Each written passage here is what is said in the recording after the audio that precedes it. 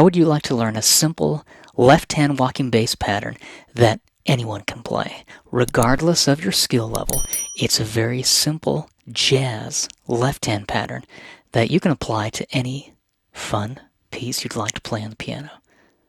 Hi, my name is Jerald Simon. I'm the founder of Music Motivation and the creator of the Cool Song series and also the Essential Piano Exercise series. You can learn more about that by visiting essentialpianoexercises.com. You can also visit my websites, essentialpianolessons.com and essentialpianoteachers.com. Today, I want to use one of the books from my Essential Piano Exercise series. This is titled 100 Left-Hand Patterns Every Piano Player Should Know. And we're going to go into the jazz section and learn a fun walking bass left-hand jazz pattern I think you'll like. So, let's jump into this and have fun.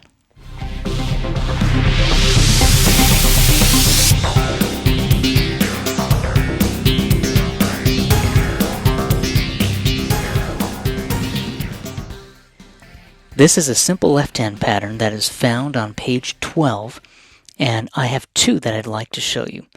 One is a broken sixth chord, where we take a C sixth chord, C, E, G, A, and we just break it apart. Now we can add the minor seventh interval up on top. From C to B flat is a minor seventh interval. So if I break this apart,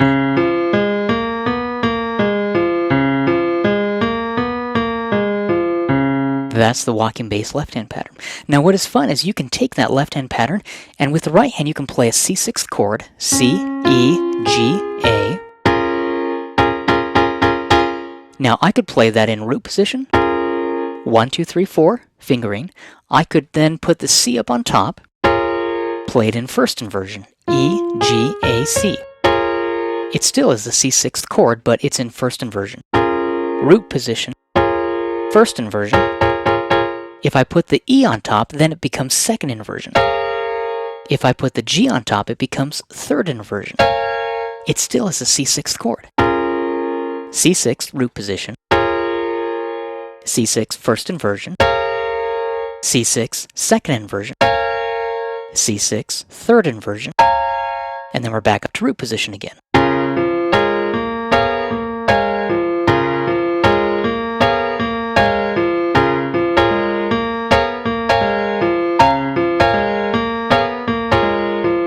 Now, my left hand, I'm playing quarter notes.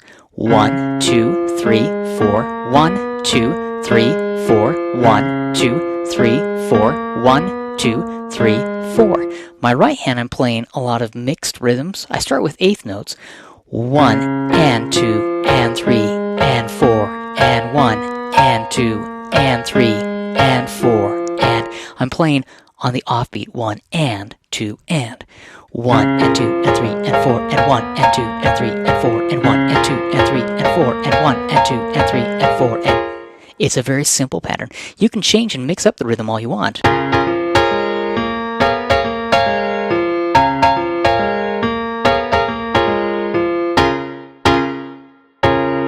Again, my left hand is just playing a C6 chord, C, E, G, A, B flat, A, G, E, C.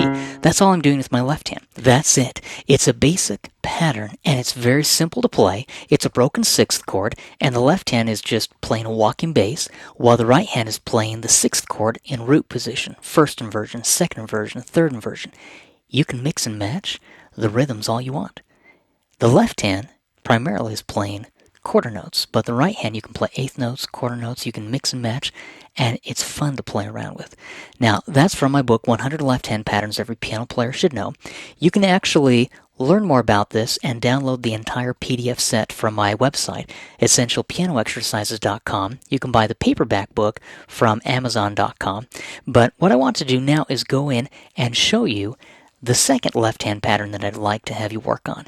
Now, this is a whole half-half left-hand walking bass pattern. It's found on page 12. It's actually pattern number 25 for those who have the book and are following along. Let me show you.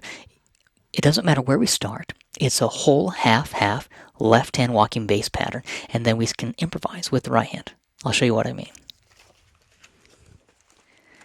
So the left-hand pattern does this. This is pattern number 25. We start on C and we play this.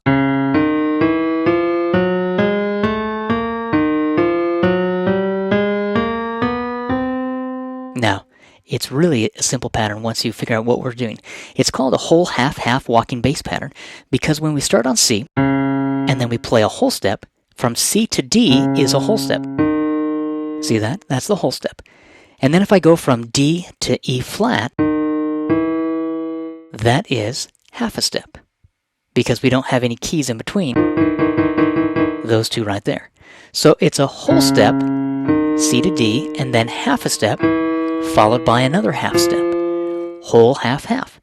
So I'm starting on C and I play C, whole step, half step, and then I go to F and I play F, whole step, half step, half step. And then I went down to D and played D, whole step, half step, and then I went to G and played G, whole step, half step. Watch. C, whole step, half step, F, whole step, half step, D, whole step, half step, G, whole step, half step. Now I'm going to play a C seventh chord with my right hand, and that is C, E, G, B flat. Now you can play the B flat with the pinky, 1, 2, 3, 5, or you can play 1, 2, 3, 4, whatever feels more comfortable for you. My left hand is going to do that whole half-half walking bass left hand pattern. Now I'm going to go and play an F7th with my right hand, F, A, C, E flat, again, whichever fingering you want, F, G, A flat, A natural. It's that whole step, half step, and I like to put my thumb on F and then cross over and put my third finger on G, my second finger on the A flat, and then my thumb on A natural. Okay, and in the book I have all the fingering notated for you. 5, 4, 3, 2, 1, 3, 2, 1, 5, 4, 3, 2, 1, 3, 2, 1. These are all quarter notes. So the right hand is only playing seventh chords. C seventh, then F seventh.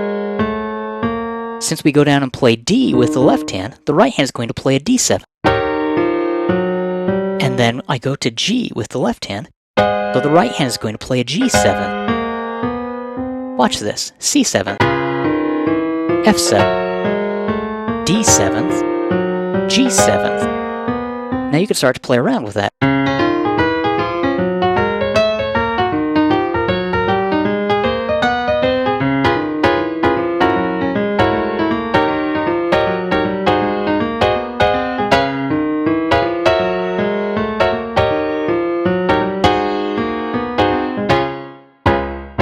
Now, with my left hand, I was playing simple left hand walking bass pattern, whole, half, half. With my right hand, I can improvise. D7, G7. Now, I started doing inversions. I started with a C7th in root position, and then I played an F7th, but instead of playing root position, F, A, C, E flat, I inverted the chord. Root position, first inversion, has the F up on top. Second inversion has the A up on top. But I'm still using C, E flat, F, and A, the notes from the F7th chord. I just changed the position of the notes. See that? Then I played a D7th like this. In root position, D7 is D, F sharp, A, C. But I'm playing this third inversion where we have C, D, F sharp, A. Root position, first inversion, second inversion, third inversion, C, D, F sharp, A, like that.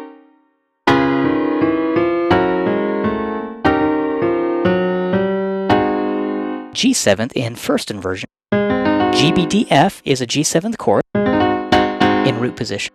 If I invert that and I put the G up on top, then I have B, D, F, G. That's a G7th chord first inversion.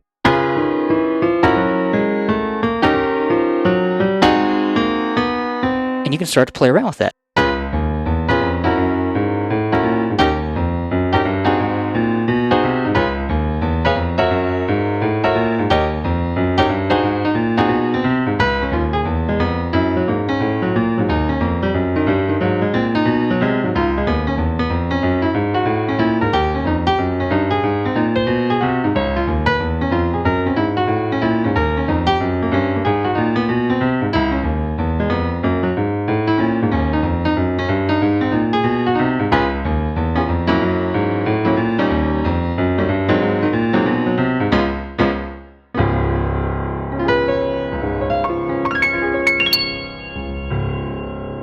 Very fun, not too difficult, and it's something you can enjoy playing around with. For those of you who are already members of our weekly group online piano lessons, we actually go over this and we talk about, on the third week of every month, we talk about how we can do innovative improvisation. The first week of every month, we work on the new cool song that I've composed, and then the second week, we work on theory therapy, and the third week, we work on innovative improvisation, and the fourth week, we work on creative composition. And you can learn more about that if you go to my website, essentialpianolessons.com. But hope this helped. Let me know if you have any questions. If you would like to learn more about any of my books, you can go to my website, musicmotivation.com.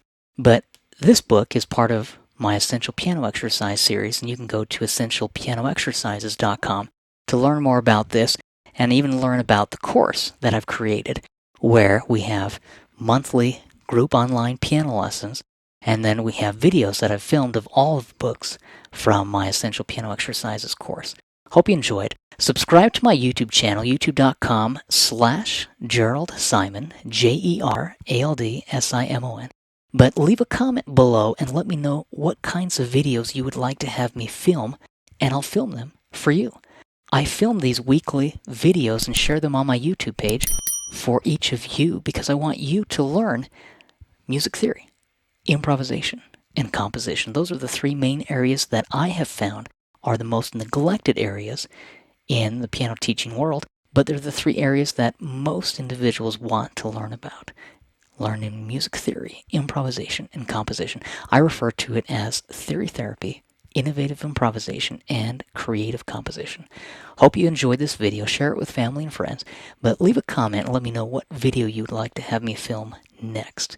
Thanks so much. Have a great day. See you, and bye.